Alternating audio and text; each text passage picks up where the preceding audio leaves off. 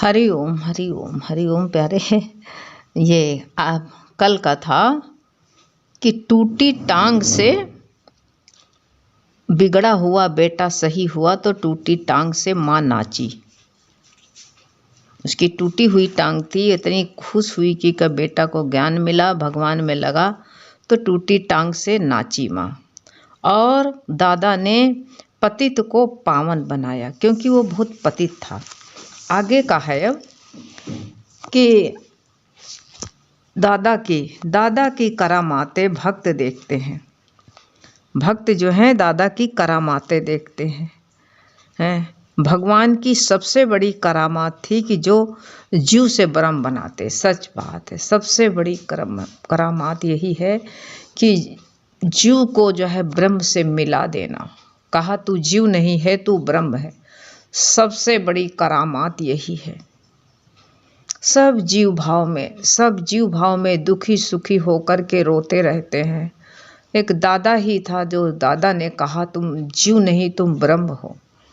अपने परमात्मा से मिलके, अपने ब्रह्म से मिलके एक हो जाओ, दादा ने बताया। सबसे बड़ी करामात थे। तो वो जीव से ब्रह्म बनाते थे, जो कि कहते हैं मन जिससे सारी दुनिया दुखी है। मन से जो है ब्रह्म बना देते थे कि वो मन जिससे सारी दुनिया दुखी है। कोई सुखी नहीं मिलेगा, तुम सारी दुनिया में ढूंढ आओ जाकर, कोई ना कोई उसके अंदर दुख मिलेगा जरूर। कुछ ना कुछ जो है, कोई जन से दुखी है तो कोई तन से दुखी है, और कोई धन से दुखी है, कोई बीमारियों से दुखी। देख लिया इस जग को हमने, कोई सुखी इंसान नहीं, कोई सुखी नहीं। कोई दुखी है निर्धनता से, कोई अजीर्ण बीमारी से, और कोई दुखी है बहुत काम से। कोई कहते हैं दुखी है कहते हैं निसंतानी से, निसंतान नहीं कोई के, उससे दुखी है। कोई जो है निर्धनता से दुखी है, और कोई को जो है अजीर्णता से, अजीर्ण हो गया है। दुखी दो जिसको दुख की आदत है वो कभी सुखी रह नहीं सकता है। जिसके पास में इतने 300 करोड़ रुपया निकल रहा है, उसको भी कह दो सुखी हो तो वो भी नहीं सुखी रहेगा।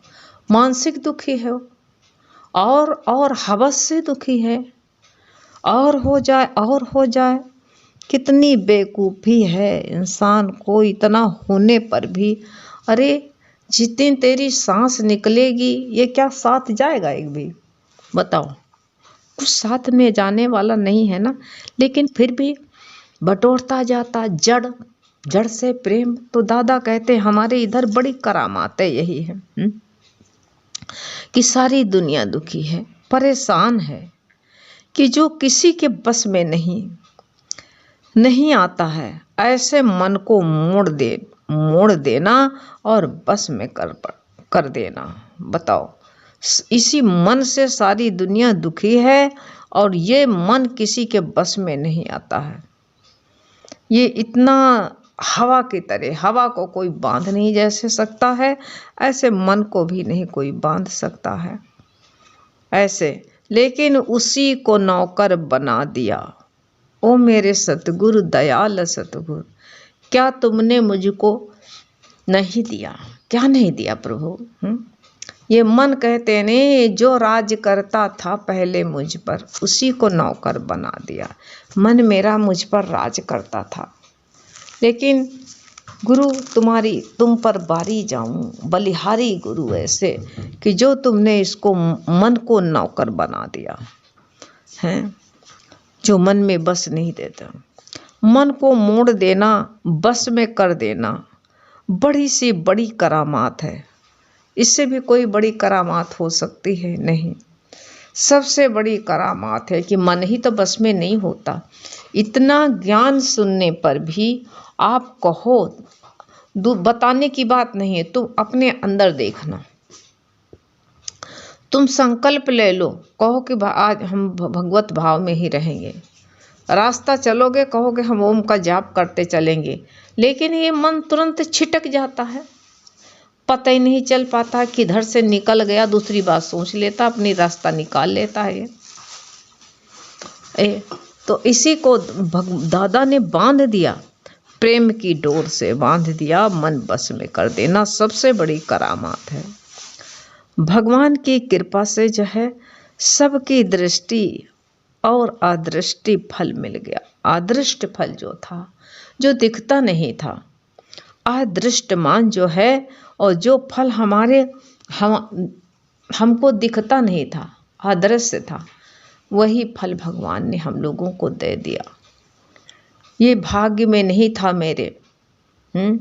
तो गुरु की कृपा है कि हम लोगों के नसीब में शायद ज्ञान नहीं था, लेकिन ये गुरु की कृपा, गुरु की करुणा है, जो कि ये गुरु ने हम लोगों को इस लायक समझ करके अपना लिया। कृपा कर अपनायो, हे नाथ तुमने कृपा करके अपना लिया। सब अपनी पंक्तियों में नाम हम लोगों का अंकित करा दिया। कितनी कृपा है भगवान तुम्हारी। कुछ लोग कहेंगे अरे बड़ी कौन बात हो गई, अरे बैल बुद्धि जो है उनको किस तरह समझाया जाए कि सबसे बड़ी करामातें हैं जो। आवाज इस करामात का फल हम लोगों को मिल गया है, बहुत बड़ी कृपा है। और एक चहे से एक करामाते गुरु दिखाते थे ये हैं। अब ये करामाते जो है, एक स्त्री भक्त की बाह में बहुत दर्द था, ये करामाते नहीं तो और क्या है। ऐसा था कि उसकी बाह ऊपर ही नहीं उठती थी, ऐसे टांगे टांगे घूमती थी हैं। हाथ दर्द होने लगता था तो पट्टियां बांध लेती, गले में लटका लेती। अपने आप कैसे हो गया, ना गिरी ना चोट लगी उसको, कुछ नहीं, हाथ ही नहीं उठता था। अपाहिज जैसे हो गया था, जैसे फालिश वाला हो जाता, ऐसे हो गया था। अब उसको जो है आती थी, लेकिन जो है अंदर अंदर दादा से बहुत कुछ कहती थी। दादा ने उसका भाव पढ़ा तो उसको बोलने की हिम्मत दी, बहुत हिम्मत दिया कि कोशिश करती थी हम बोले, लेकिन कुछ लोग जो है संकोची बोल नहीं पाती थी। दादा ने दृष्टि डाली, उसको बोलने की हिम्मत आ गई, बोली तो जब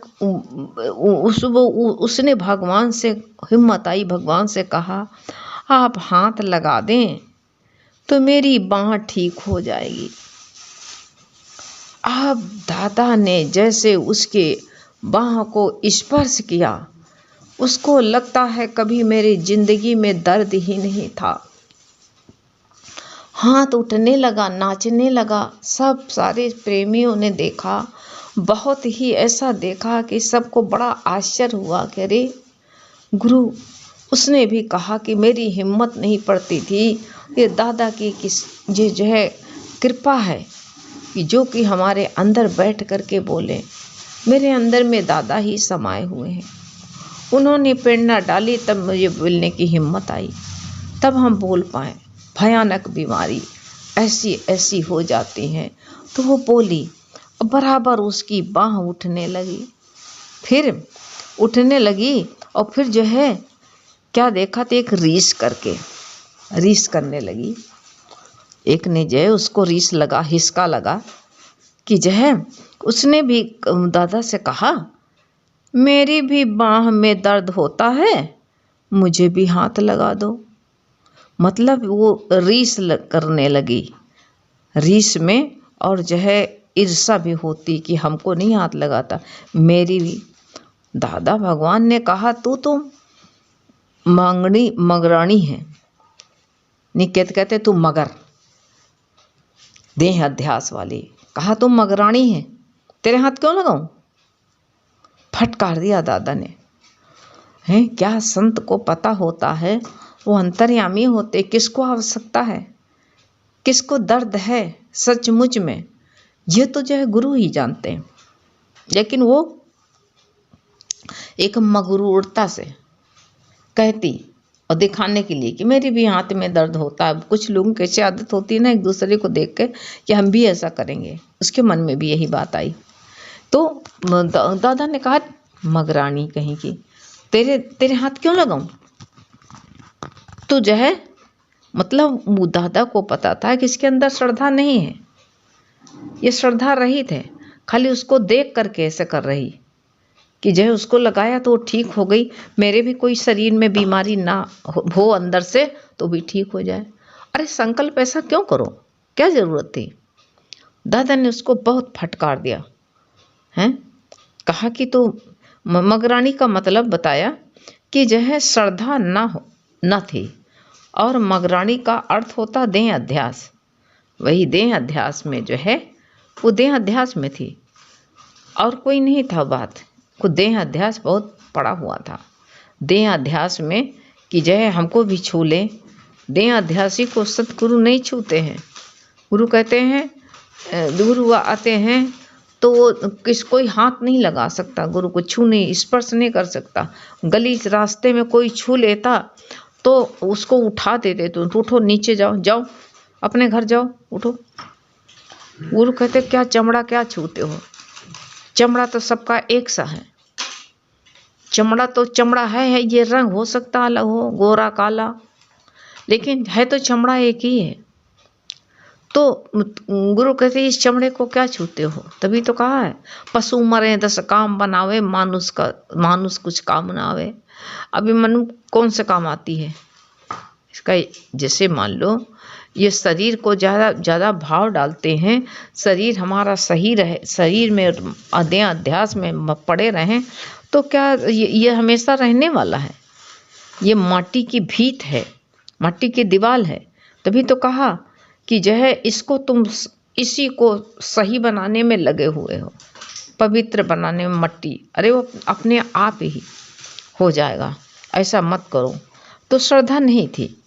मगरानी का अर्थ यही बताया कि जो है श्रद्धा न थी। श्रद्धा वाला ही करामत देखता है, जो श्रद्धावान होता है वही करामत देख पाता है। सबको करामत नहीं नसीब होती है, जिसके अंदर श्रद्धा है, श्रद्धा भाव से सब कुछ पाया जा सकता है। लेकिन श्रद्धे नहीं है, आजमा रहे हैं गुरु को, आजमा रहे हैं कि देखिए गुरु बता ऐसा कर पाएंगे कि नहीं। तो गुरु तो अंतर्यामी सब जानते नहीं हैं। तो कहा तेरे अंदर श्रद्धा नहीं, श्रद्धा वाली नहीं है तो वो श्रद्धा वाला ही करामात देखता है। ये करामाते एक बार जो है, और कहते एक स्त्री के घुटने में बहुत, ये देखिए दादा की करामातें बहुत बड़ी बड़ी, न जाने किसको दृष्टि से तारा, स्पर्श से तारा, संकल्प से तारा है, और जो है कैसे कैसे किसको जो है भगवान उद्धार करने में, ताड़ने में लगे रहते थे हैं। तो वो स्त्री जो थी उसके घटनों में बहुत दर्द रहता था। तो वो कहती हैं वो लाठी पकड़ करके चलती थी। कभी सत्संग में आती तो लाठी पकड़ के टेकते टाकते घूमते घामते नाली तक नहीं फांद पाती, इतना उसके दोनों पैर विकलांग हो गई थी। सब लोग बैठ के परपंच करते थे, यही कहते थे अरे अब तो जो ये विकलांग हो जाएंगे, अब शरीर इनका नहीं काम लेगा, अब शरीर बेकार हो गया, अब इस तरह कहते थे। तो वो रोई और आई थी गुरु के दरबार में। तो वही भगवान कहते हैं वो रो रही थी और चल नहीं पाती थी, लाठी पकड़ के चली। तो जब लाठी पकड़ के दोनों घुटनों पर जब एक हाथ जो है दादा भगवान ने, जो लाठी पकड़ भगवान ने उसके दोनों घुटनों में एक एक हाथ रखा और कहा लाठी फेंक दो, सीधा होकर के चलो। उस दिन से वो सीधी होकर के चलने लगी, लाठी की आवश्यकता नहीं पड़ी, जरूरत नहीं।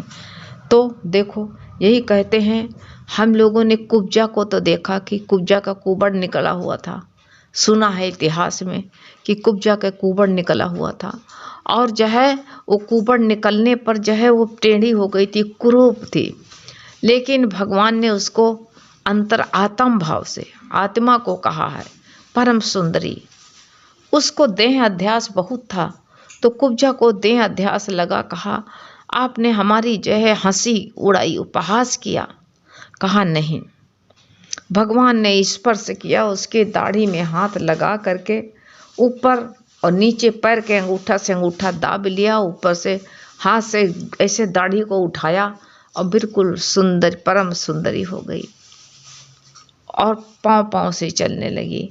ऐसे ही जब वो भागवत में तो सुना था, लेकिन आज ये ऐसी करामात कहते हैं, दादा भगवान ने देखा कि ये बिल्कुल डंडा लेकर के चल रही, पकड़ के, इसके चलने की सामर्थ्य नहीं है हैं।